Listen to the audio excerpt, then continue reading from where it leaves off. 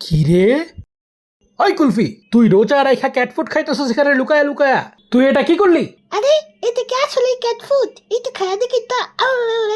এই তোর কি লজ্জা শরম নাই?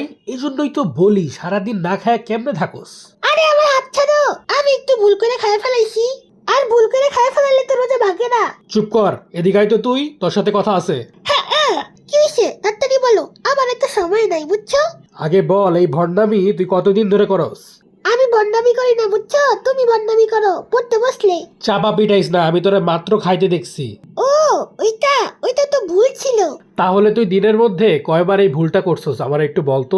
এই তো বেশি না, 3-4 বার। একটা থাপ্পড় মারতে ইচ্ছা করে তোরে। এই যে খাওয়া দাওয়া করে রোজা রাখোস, এগুলো কিন্তু ঠিক না কুলফি।